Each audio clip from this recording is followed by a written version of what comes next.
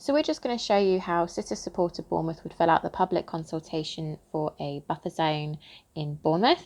If you scroll down on the BCP Council Have Your Say website, it is called Ophir Road and Surrounding Area PSPO Consultation.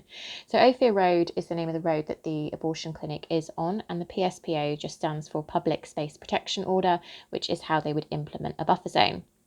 There is a consultation document that we highly recommend you read in advance, and there are different ways to access this as well. So you can download a PDF version and print it off, or you can fill it in at your local library. There is also a frequently asked questions area as well that has some feedback and some advice on some of the more trickier to answer questions for you as well. So the online survey has a few questions and a few text boxes that you can fill in. It closes at midnight on the 31st of August. So here you just get to pick who you are. So you don't have to live, work or study in the BCP Council area like you did when signing the petition. So it opens up to a broader spectrum of people who are outside the BCP area, including people who have had to travel from further afield to access abortion services and perhaps don't even live in the BCP area, but perhaps work as a member of staff at the clinic. So the proposal: to what extent do you support the principle of a PSPO being implemented around the BPAS building in Bournemouth? So basically they are asking, how well do you support a buffer zone being implemented around the clinic? And we would strongly support that. Here you can explain a little bit more about why you support that, and if you have any alternative suggestions. So these are the options here that they are promoting for a buffer zone, or a safe zone as they're calling it throughout this consultation form. Option 1 is a safe zone with no designated protest area. So you can see that safe zone or buffer zone delineated with that red line, and then everywhere within it is part of the buffer zone. In the middle here, you can see the clinic there. So that incorporates the surrounding roads, and not just the surrounding roads on that side of the Wessex Way, it also incorporates a few of the roads the other side of the dual carriageway as well. Option 2 is the same buffer zone area again, except this time within the buffer zone we have this designated protest zone, which is directly opposite and outside the BPAS clinic. And that would be a space that anti-abortion groups can continue protesting and harassing women. And then option number 3 is a safe zone with 2 designated areas. So that green space for protesting is not outside the clinic, but there is one outside, in an area outside the other road over from the clinic, so it's not directly outside. And then there's another area here as well, the other side of the Wessex Way, so again not immediately outside the clinic like option 2. So that's option 3. And so here you get to say which of the following options you would think would be acceptable to consider for the PSPO area.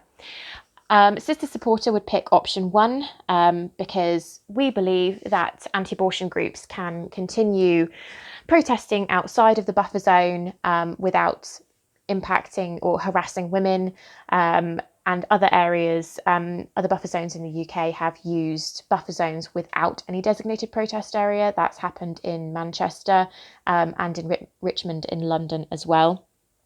We don't believe there's any kind of suitable areas to have a designated zone within the buffer zone for protesting, particularly not right outside the clinic. So we would pick option 1.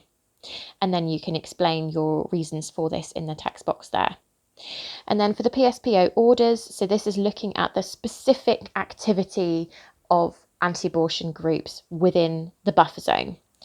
So this is a question that has got a little bit of confusion. A lot of feedback from people have said this is a bit ambiguous. To what extent do you support or do not support the proposed restrictions on behaviour within the safe zone? So you are responding to whether or not you support the restriction.